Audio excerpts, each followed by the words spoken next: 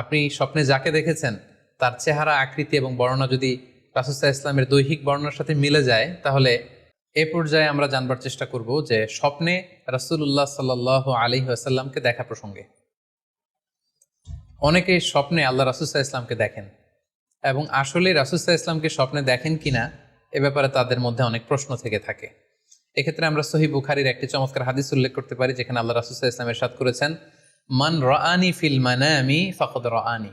যে আমাকে স্বপ্নে দেখলো, আল্লাহ রাসূল সাল্লাল্লাহু আলাইহি ওয়াসাল্লাম নিজে বলছেন যে যে আমাকে স্বপ্নে দেখলো সে আসলেই আমাকেই দেখলো। কারণ ফা ইন্না শাইতানা লা ইয়াতামাসসালু ফি সূরাতি, শয়তান কখনো আমার আকৃতি, আমার শেপ ধারণ করতে পারে না। অর্থাৎ আপনি যদি রাসূল সাল্লাল্লাহু আলাইহি ওয়াসাল্লামকে স্বপ্নে দেখেন, তাহলে আপনি রাসূল সাল্লাল্লাহু আলাইহি ওয়াসাল্লামকেই দেখেছেন, আপনি শয়তানকে দেখেননি। কারণ শয়তান কখনো রাসূল সাল্লাল্লাহু আলাইহি ওয়াসাল্লামের আকৃতি ধারণ করতে পারে না। তাহলে এই হাদিসের আলোকে আমরা বুঝলাম শয়তান কখনো আল্লাহ রাসূল সাল্লাল্লাহু আলাইহি ওয়াসাল্লামের আকৃতি বা শেপ ধারণ করতে পারে না। তখন প্রশ্ন হচ্ছে, আসলে আপনি রাসূল সাল্লাল্লাহু আলাইহি ওয়াসাল্লামকে দেখেছেন নাকি অন্য কাউকে দেখেছেন? শয়তান হয়তো রাসূল সাল্লাল্লাহু আলাইহি ওয়াসাল্লামের আকৃতি ধারণ করলো না, একজন সুশ্রী বয়োবৃদ্ধ সুন্দর আকৃতির মানুষের চেহারা ধারণ করে শয়তান এসে বলল যে আমি আল্লাহ রাসূল।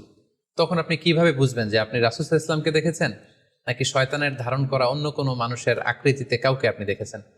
সেক্ষেত্রে বোঝার মাধ্যম হচ্ছে আল্লাহ রাসূল সাল্লাল্লাহু আলাইহি ওয়াসাল্লামের দাড়ি কেমন ছিল, চেহারা কেমন ছিল, চুল কেমন ছিল, দৈহিক গড়ন কেমন ছিল, আকৃতি কেমন ছিল, এগুলো কিন্তু আমরা হাদিস থেকে পাই, কিংবা শামায়েলে তিরমিজিতে রাসূল সাল্লাল্লাহু আলাইহি ওয়াসাল্লামের বডি স্ট্রাকচার, ওনার চেহারা, ওনার অবয়বের ব্যাপারে বর্ণনা পাই।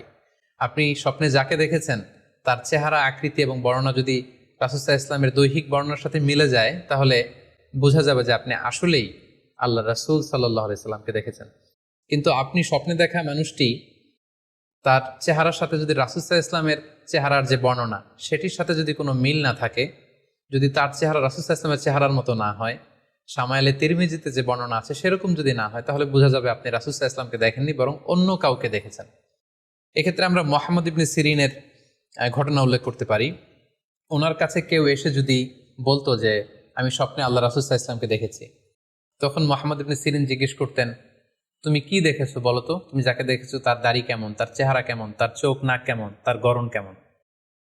তখন ওই ব্যক্তি যখন বর্ণনা দিত, আর সেই বর্ণনা যখন আল্লাহ রাসূল সাল্লাল্লাহু আলাইহি ওয়াসাল্লামের আকৃতির সাথে মিলে যেত, তখন মুহাম্মদ ইবনে সিরিন বলতেন, তুমি ঠিকই স্বপ্নে আল্লাহ রাসূল সাল্লাল্লাহু আলাইহি ওয়াসাল্লামকে দেখেছো।